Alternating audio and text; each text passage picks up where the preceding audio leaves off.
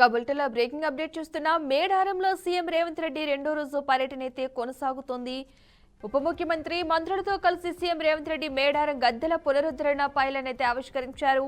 తెలంగాణ ప్రభుత్వం చేపట్టిన గద్దెల ఆధునీకరణ పనులు పూర్తి కావడంతో నూతనంగా అభివృద్ధి చేసిన మేడారం గద్దెల ప్రాంగణాన్ని అయితే ముఖ్యమంత్రి అధికారికంగా ప్రారంభించారు. భక్తులకు మరింత సౌకర్యవంతంగా దర్శనం కల్పించాలనే లక్ష్యంతో గద్దెల పరిసర ప్రాంతాలను విస్తృతంగా అభివృద్ధి చేసినట్లుగా అధికారులైతే తెలిపారు. రహదారులు, మౌలిక వసతులు, భద్రతా ఏర్పాట్లను ప్రభుత్వం ప్రత్యేకంగా పర్యవేక్షించినట్లుగా తెలుస్తోంది. ఇక అనంతరం సీఎం రేవంత్ రెడ్డి కుటుంబ సమేతంగా సమ్మక్క సారలమ్మ వనదేవతలకు తొలి మొక్కు సమర్పించారు. ఈ క్రమంలోనే ఉప ముఖ్యమంత్రి, మంత్రులు కూడా వనదేవతలను దర్శించుకుని ప్రత్యేక పూజలు నిర్వహించారు. మేడారం జాతర తెలంగాణ ఆధ్యాత్మికత సాంప్రదాయాలకు ప్రతీకగా నిలుస్తోందని, భక్తులకు ఎలాంటి ఇబ్బందులు కలగకుండా అన్ని ఏర్పాట్లు చేస్తున్నామని సీఎం తెలిపారు. ఈ కార్యక్రమాల అనంతరం సీఎం రేవంత్ రెడ్డి తిరిగి హైదరాబాద్కు పయనమవుతారు. మేడారం గద్దెలు ప్రాంగణ పునరుద్ధరణ ప్రారంభోత్సవం సందర్భంగా స్థానిక ప్రజాప్రతినిధులు, అధికారులు, పెద్ద సంఖ్యలో భక్తులు హాజరయ్యారు.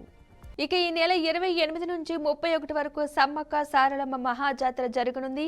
దేశంలోని వివిధ ప్రాంతాల నుంచి లక్షలాది మంది భక్తులు హాజరయ్యే ఈ మహాజాతరకు సంబంధించి భద్రత, రవాణా, వైద్య సదుపాయాలపై ప్రభుత్వం ప్రత్యేక దృష్టి సారించినట్లు అధికారిక వర్గాలు తెలిపాయి.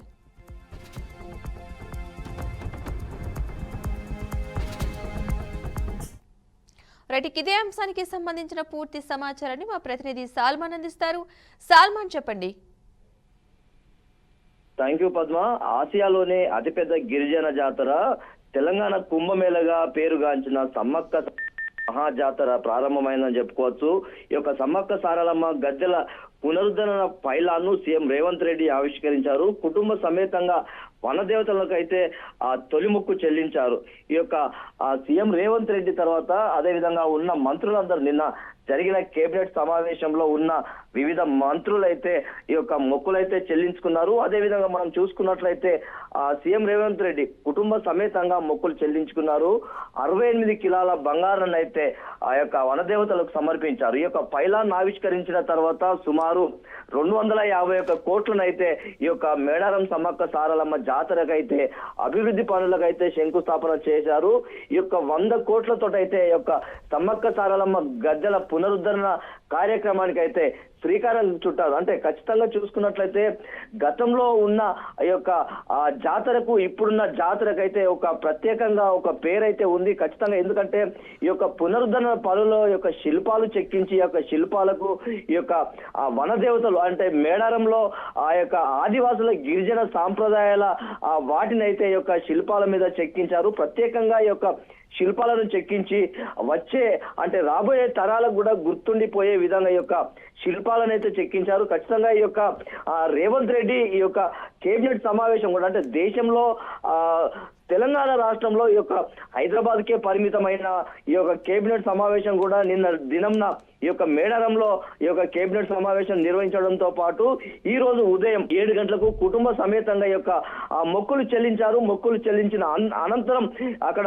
సీతక్క ప్రాతినిధ్యం వహిస్తున్న ఆ ములుగు నియోజకవర్గంలో ప్రతి ఒక్క మంత్రికి ఆ యొక్క అమ్మవార్ల పట్టు వస్త్రాలతోనైతే వారికి బహుకరించారు. ఖచ్చితంగా ఈ యొక్క బహుకరించిన తర్వాత సీఎం రేవంత్ రెడ్డి నేరుగా హైదరాబాద్ కి అయితే ప్రయాణం కానున్నారు. ఖచ్చితంగా ఈ యొక్క ఆదివాసీ సంప్రదాయాలను అయితే ఇతర రాష్ట్రాలు కూడా గౌరవించి పెద్ద ఎత్తున ఈ యొక్క అమ్మవార్లను అయితే దర్శించుకుంటున్నారు. ఖచ్చితంగా చూసుకున్నట్లయితే ప్రపంచంలో ఆసియా ఖండంలోనే అతిపెద్ద గిరిజన జాతరగా పేరుగాంచింది. ఖచ్చితంగా ఈ యొక్క గిరిజన జాతరకు వచ్చే భక్తులకు ఎలాంటి ఇబ్బందులు లేకుండా అన్ని సౌకర్యాలు అయితే ఇప్పటికే ప్రభుత్వ అధికారులు అయితే ఇప్పటికే ఏర్పాటు చేశారు.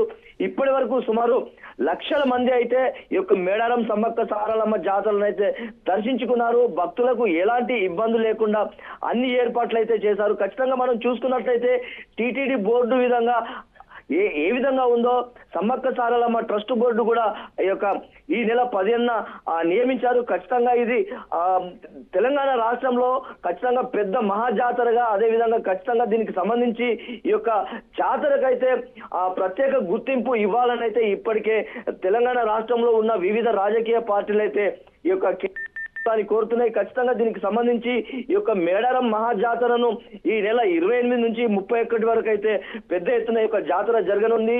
భక్తులకు ఎలాంటి ఇబ్బందులు లేకుండా అన్ని ఏర్పాట్లయితే తెలంగాణ రాష్ట్ర ప్రభుత్వం అన్ని ఏర్పాట్లయితే ఇప్పటికే చేసింది. ఖచ్చితంగా ఈ యొక్క ఇంకా కొన్ని రోజుల్లో ఈ యొక్క మహాజాతరను అయితే పెద్ద ఎత్తున దర్శించుకునేందుకు లక్షలాది మంది భక్తులు తరలి వచ్చి ఈ యొక్క అమ్మవార్లను దర్శించుకోనున్నారు. ఖచ్చితంగా ఇప్పటికే లక్షలాది మంది అమ్మవార్లను అయితే దర్శించుకున్నారు.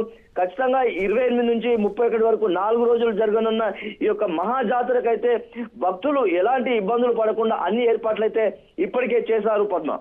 Right, thank you salmon.